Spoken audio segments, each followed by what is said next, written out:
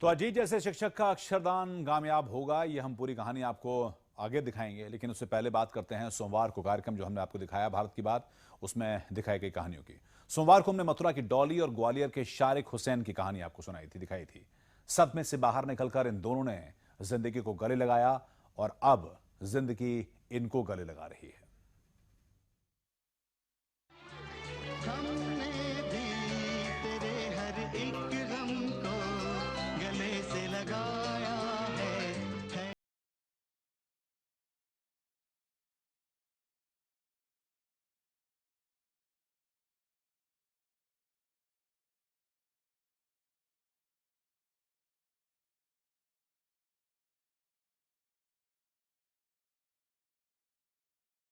मथुरा जिले की डॉली आनंद और मध्य प्रदेश के ग्वालियर जिले के शारिक हुसैन, ये वो लोग हैं जिन्होंने अपने अतीत को पीछे छोड़ा और अपने जज्बे से वर्तमान को संवारने में जुट गए। लिहाजा सोमवार को P7 ने कार्यक्रम भारत की बात में डॉली और शारिक हुसैन की कहानी देश भर को दिखाई और समाज में उनके योगदान के बारे में भी बताया।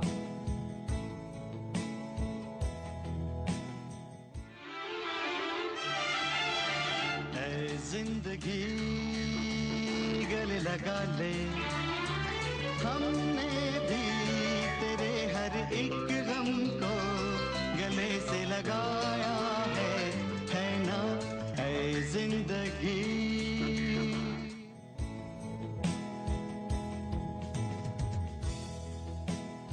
दरअसल डॉली की जिंदगी करारा जवाब है निराशा को, नाउम्मीदी को, क्योंकि मुश्किलों से जूझकर जिंदगी की नई राह कैसे तलाशी जाती है ये जानना हो तो उत्तर प्रदेश में मथुरा की रहने वाली डॉली आनंद की जिंदगी से आप सीख सकते हैं।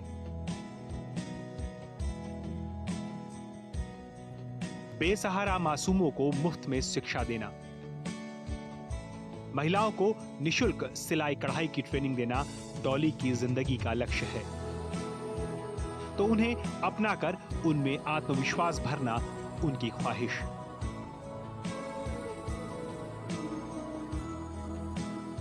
बचपन में ही पिता का साया डॉली के सिर से उठ गया था, बावजूद इसके उसने घर की जिम्मेदारी संभाली और बाद में समाज के लिए उन्होंने उम्मीदों को थामे जिंदगी को गले लगाया है।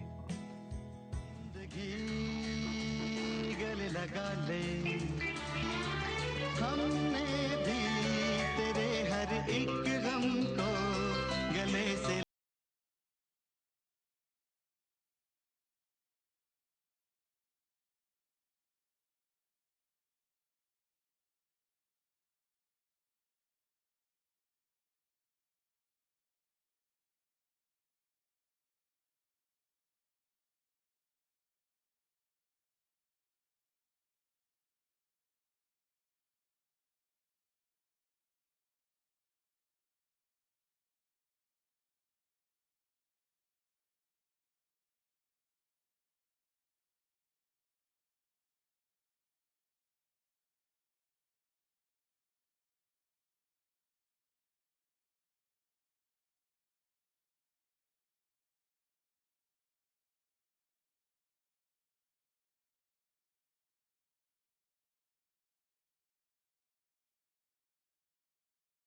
अपनी काबिलियत और हिम्मत के दम पर शारिक ने स्कूली पढ़ाई के अलावा इंफॉर्मेशन टेक्नोलॉजी के क्षेत्र में भी सफल होकर दिखाया।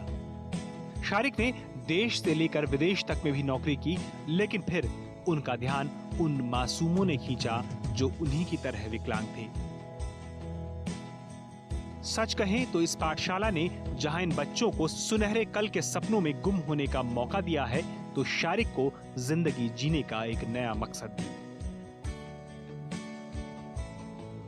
मथुरा से सुरेश सैनी के साथ ग्वालियर से नवीन नायक की रिपोर्ट, P7 न्यूज।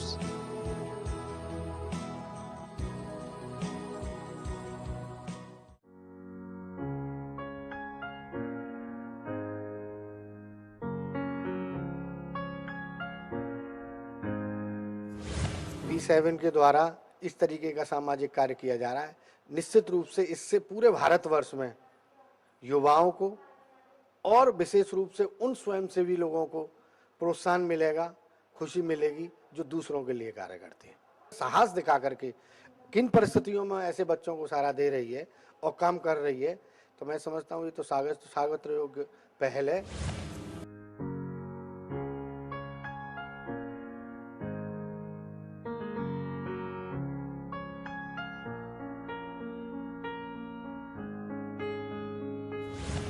विकलांग है, उसको ज़रूरी नहीं है कि वो हर किसी के सामने या किसी के सामने मजबूर हो या अपाहिज की तरह प्रस्तुत हो। तो वो जिस तरीके से समाज में विकलांग लोगों को आगे ला रहे हैं, उनको प्रोत्साहित कर रहे हैं, उनको काम करने के लिए हौसला और जुनून दे रहे हैं, वो प्रशंसनीय है।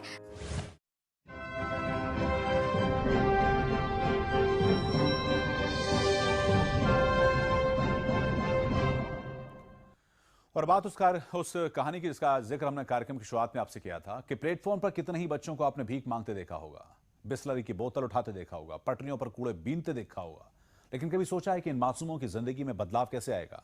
कभी सोचा है कि बच्चे भी हमारे आपके बच्चों की तरह मासूम हैं, जिन्हें पढ़ने लिखने का पूरा हक है? सोचिए जरा, अगर कोई शख्स ऐसे मासूमों को पढ़ाने में जुटा हो, उनके ख्वाबों को संवारने में लगा हो, तो उसे क्या कहेंगे? पढ़ने नहीं दीजिएगा। कान पढ़ने दीजिए। ये सर 6 साल का बच्चा है, ये कान पढ़ने देना है, ठीक है ना। और ये गार्जियन इसको सपोर्ट करते हैं पढ़ने के। जहाँ पर जब मैं बुलाने के लिए जाता हूँ तो ये मुझे गालियाँ देकर भगाते हैं वहाँ से। नहीं अंकल जी, अगर बच्चा पढ़ लिख लेगा तो भविष्य इनका भविष्य बनाएगा, ना कि मेरा। तो हम लोग मर जाए। इस उम्र में, छोटा सी उम्र में ये ट्रेनों में सफर करता है, गिर जाएगा, कट जाएगा, मर जाएगा, इनकी पूंजी कहाँ जाएगी उससे? अगर आप लोग नहीं दे सकते हैं ना, नहीं, तो कुछ नहीं हम देंगे कि सरकार इसको देगी, पर इसको अंदर। हाँ, एक हफ्ता के अंदर तीनों बच्चा हम देंगे। बिल्कुल, तीनों बच्चा को जैसे पढ़ने के लिए भेजते थे आप वैसे भेजिए। भेजेंगे। इसको सारा सुविधा हम लोग।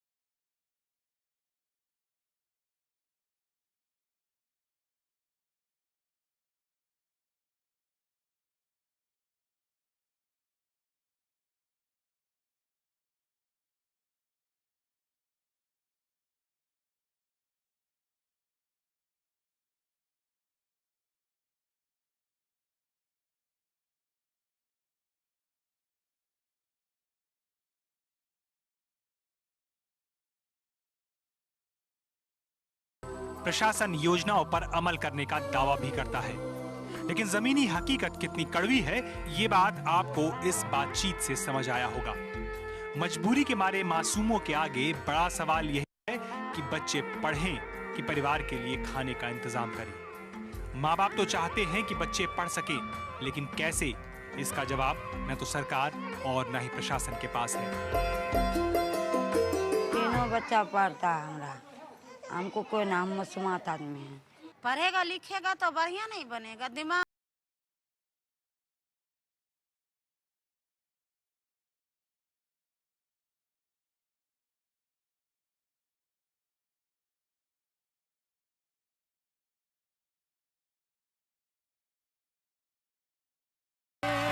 जिन बच्चों को आप तस्वीरों में देख रहे हैं, उन बच्चों का कोई स्थायी पता तक नहीं है।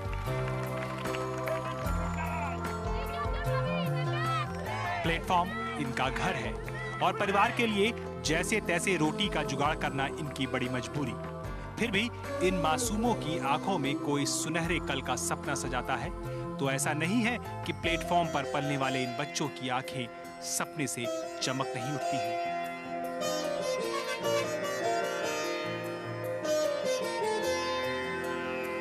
पढ़ेंगे, पढ़ लिख के इंस्पेक्टर बनना चाहते हैं। एसपीडीएस भी बनेंगे। हम पढ़ने चाहते हैं, पढ़ कर अच्छा आदमी बनना चाहते हैं। पढ़ाई खाना अच्छा से दीजिए, हम छोड़ देंगे काम। हमें झाड़ू मारते हैं, पढ़ाएगा तो खाना खिलाएगा तो हम सब ये सब काम छोड़ देंगे। पढ़ लिख कर आगे बनना चाहते हैं। अजीत सर पढ़ाते हैं, ओ आ हर्षा दुर्गा ये सब पढ़ाते हैं, नाम लिखने का सिखाते हैं।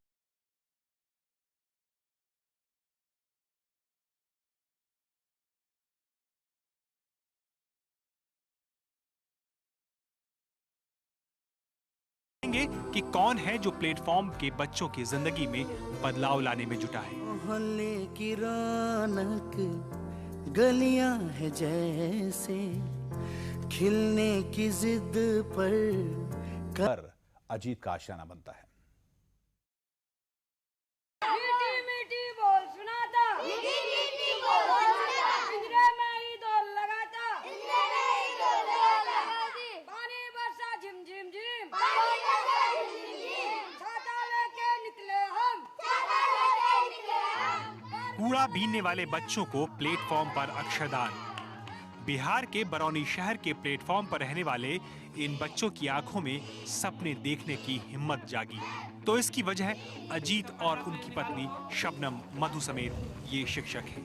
छोटे छोटे पहियों पे सपनों की साइकिल उड़ते चलेंगे आज पेडलों को मारकर हम। इन शिक्षकों का मकसद सिर्फ एक है कि मजबूरी के मारे इन मासूमों का भविष्य कहीं अंधेरे में खो न जाए। की सी पीठ पे पहाड़ जैसे बैग है, कंधों से आज उन्हें चलेंगे उतार कर हम। यहाँ से जिंदगी की फिर शुरुआत होती है। जी हाँ, बरौनी प्लेटफॉर्म पर कुछ बच्चों की उन जिंदगी को जो लगभग खो सी गई थी, फिर से नई नींव डाली है और डालने की कोशिश की है अजीत नामक उस युवक ने।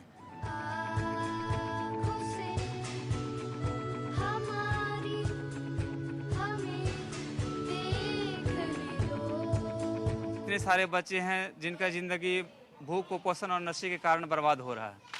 मैं चाहता हूं कि इसको शिक्षित करके समाज के मुख्यधारा से जोड़ें। हमारी पत्नी सहज हमारे कार्य में सहयोग करने लगी। हमने सर्वे किया, ऐसे 40 बच्चे थे, इसमें अधिकांश ऐसे बच्चे हैं जिसके माता पिता नहीं हैं। अब गार्जियन जिसका है ही नहीं, कोई है ही नहीं, तो उसको तो देखना पड़ता है। ऐसे यहाँ तक कि सुबह शाम रात में भी हमको देखना पड़ता है। सोने का जगह नहीं मिलता है, प्रशासन भगा देता है स्टेशन पर से, तो हम सोने के लिए फिर हम अपने जगह में, अपने घर में, अपने छत पे जगह देते हैं।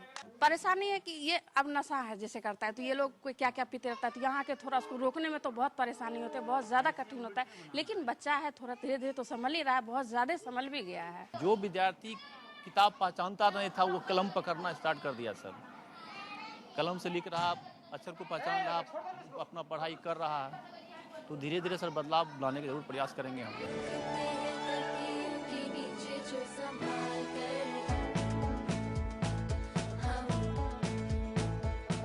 जिन बच्चों के लिए प्लेटफॉर्म घर है और ट्रेन जिंदगी का जरिया, उन्हें पेट की मजबूरी की जगह शिक्षा की जरूरत को समझा सकना आसान नहीं था। अजीत ने जब इन बच्चों को पढ़ाना शुरू किया तो उन्हें कई दिक्कतों का सामना भी करना पड़ा। दिन के वक्त जब समय मिलता है, ये कूड़ा करकट या फिर कचड़े को बीनते हैं या फिर कुछ ऐसे गलत काम को भी करते हैं जो इन्हें नहीं करना चाहिए, और उनसे उबारने की जद्दोजहद करते हैं। यहाँ कुछ शख्स, वो शख्स इन सब की ज़िंदगी को संवारने की कोशिश में लगे हैं। इन मासूम चेहरों को अपने माँ बाप का पता नहीं, अपने घर का पता नहीं, इन्हें ये तक नहीं पता कि इन्हें आगे क्या करना है। लेकिन अजीत ने अपनी पत्नी शबनम मधु और दूसरे शिक्षकों की मदद से इन मासूमों का कल संवारने की ठान ली।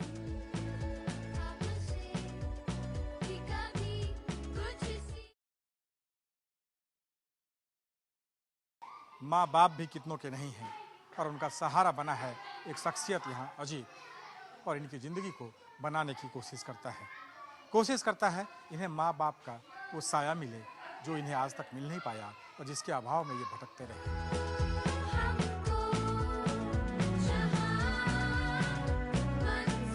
अजीत इन बच्चों का भविष्य कितना बदल पाएंगे, ये तो अभी बता पाना मुश्किल है, लेकिन एक बड़ी कोशिश अजीत जैसे शिक्षकों ने जरूर की है। हालांकि ऐसे नेक काम की कामयाबी की पहली शर्त है समाज को आगे आकर इन बेसहारा मासूमों को भरसक मदद करना। Sanjeev Kumar, T7 news, Barauni, Bihar.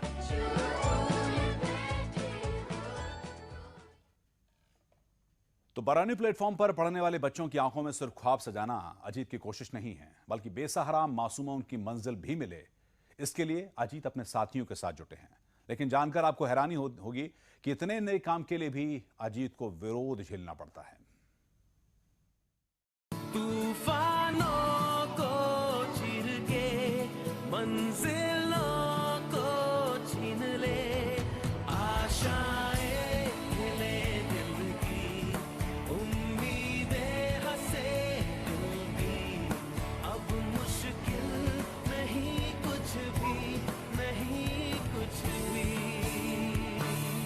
जिंदगी जीने के कई रास्ते हैं। कोई रास्ता अर्श पर ले जाता है तो कोई फर्श पर।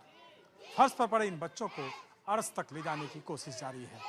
मुहिम जारी है, मुकाम की तलाश है। सचमुच आसान तो नहीं है प्लेटफॉर्म पर पलने वाले इन बच्चों की जिंदगी को शिक्षा से रोशन करने का काम। लेकिन अजीत, जो खुद प्लेटफॉर्म पर अपने पिता के साथ चाय बेचा करते थे, वो तमाम दिक्कतों के बावजूद शिक्षक बने और अब उनकी जिंदगी का बस एक ही मकसद है कि इन बेसहारा बच्चों का कल कैसे संवारा जाए। शुरू से मैं शिक्षक बनना चाह रहा था, लेकिन आते जाते जब मैं इन बच्चों को देखता था पढ़ने लिखने की उम्र में शिखर उठकर बेच रहे हैं, भीख मांग रहे हैं, झाड़ू लगा रहे हैं, तो लगता था शायद शिक्षक बनने का मेरा सपना भी पूरा नहीं हुआ जब तक इन बच्चों को साक्षर करके मैं समाज की मुख्यधारा से नहीं जोड़ूं।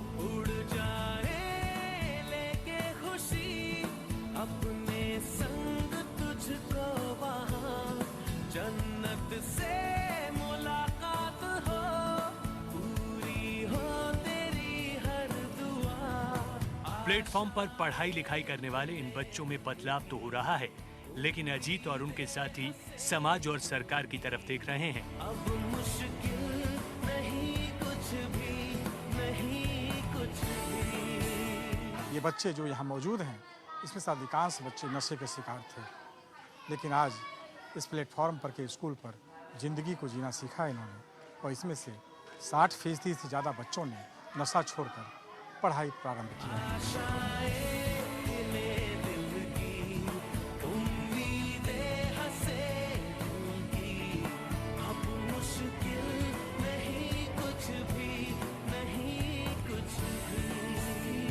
बगैर सरकार के आगे आए बड़ा बदलाव शायद मुमकिन ना हो, क्योंकि इन बच्चों के लिए किताब कॉपी से बड़ी प्राथमिकता इनके पेट की है। आज 1-2 घंटा पढ़ाता है, इससे क्या होता है? कम से कम 5-6 घंटा पढ़ाने चाहिए, इसलिए ना पढ़ लिख आदमी बन सकेंगे, या कुछ रेलवे स्टाफ या कुछ या डॉक्टर या कुछ बन सकते हैं। गुजरे ऐसी हर रात रात हो ख्वाहिशों से बात बात आशाएं लेकर सूरज से आग आग गाए जा अपना राग राग आशाएं। फिलहाल अजीत और उनकी पत्नी प्लेटफॉर्म पर लगने वाली इस पाठशाला में 30 बच्चों के लिए हर दिन खुद से खाना बनाकर लाते हैं, लेकिन ये काम इतना आसान भी नहीं। मैंने मुख्यमंत्री से लेकर एजुकेशन डिपार्टमेंट के तमाम आला अधिकारी को मैंने पत्र लिखा, लेकिन शायद इन बच्चों को किसी ने गंभीरता से नहीं लिया। ऐसा नहीं है कि अजीत जो कर रहे हैं उसकी कद्र यहाँ आने वाले मजबूर बच्चों के घर वालों को नहीं है। तालीम से मिलने वाली तसल्ली के बारे में वो भी आश्वस्त हैं। बहुत अच्छा लगता है सर कि हमारे बच्चा पढ़े, कम से कम तालीम सीखे, शिक्षित बने। लेकिन किसी लंबी यात्रा की तरह ही अजीत का भी सफर है चलते रहना और उम्मीदों के सहारे आगे बढ़ते रहना। गाड़ियों की तरह ये भी दिन रात चलते रहते हैं, लेकिन जिंदगी में एक मुकाम पाना चाहते हैं, एक वो मंजिल पाना चाहते हैं जहां जाकर इन्हें लगे कि इनकी भी कोई हस्ती है। ऐसे में अगर इस मिशन को थोड़ी भी सफलता मिलती है तो निश्चित तौर पर ये बच्चे उस मिशन तक पहुंचकर ये कहेंगे, वाह जिंदगी वाह। कैमरा पर्सन वेद प्रकाश के साथ संजीव कुमार, P7 न्यूज़, बरौनी।